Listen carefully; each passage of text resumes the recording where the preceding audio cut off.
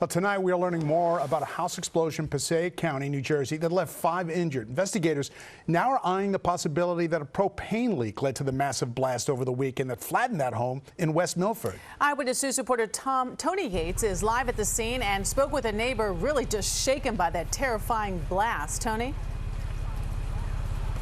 Oh, yeah, Sandra and Dave, I can tell you, we just spoke to the fire marshal a couple of minutes ago, so you'll hear his update, and they are still looking very much at that propane. But, yeah, the neighbors tell us that glass and pieces of insulation were raining down on their houses, and they were 3 and 4 lots away, and all they wanted to do was race down to this scene to try to help the people who may have been trapped. In fact, one of the neighbors who lives a couple of streets away, his security system actually picked up the sound of the blast. All of a sudden, a massive, what I would imagine is like a bomb explosion, but the whole house felt as if we all lifted up off the ground for a split second. This is what's left of what neighbors say was a sprawling ranch-style home, many of them racing to what quickly became a debris field. And everyone's going with their flashlights and everything. There's people under the house, there's people under the house. To try to rescue people that they knew were inside. One Chinese gentleman ran out.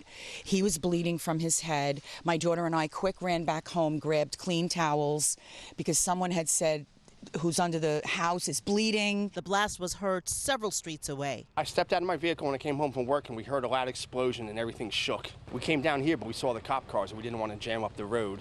According to neighbors and friends of the couple who owned the house, they purchased it back in August and were here working in it with friends, gutting the home for complete renovation. 6 people inside the home the night it exploded. They were there every single night for about 4 weeks. There were a bunch of guys there, a bunch of cars there. Everyone inside survived. 4 were airlifted to hospitals. We did speak to a friend of the family who says everyone is expected to recover.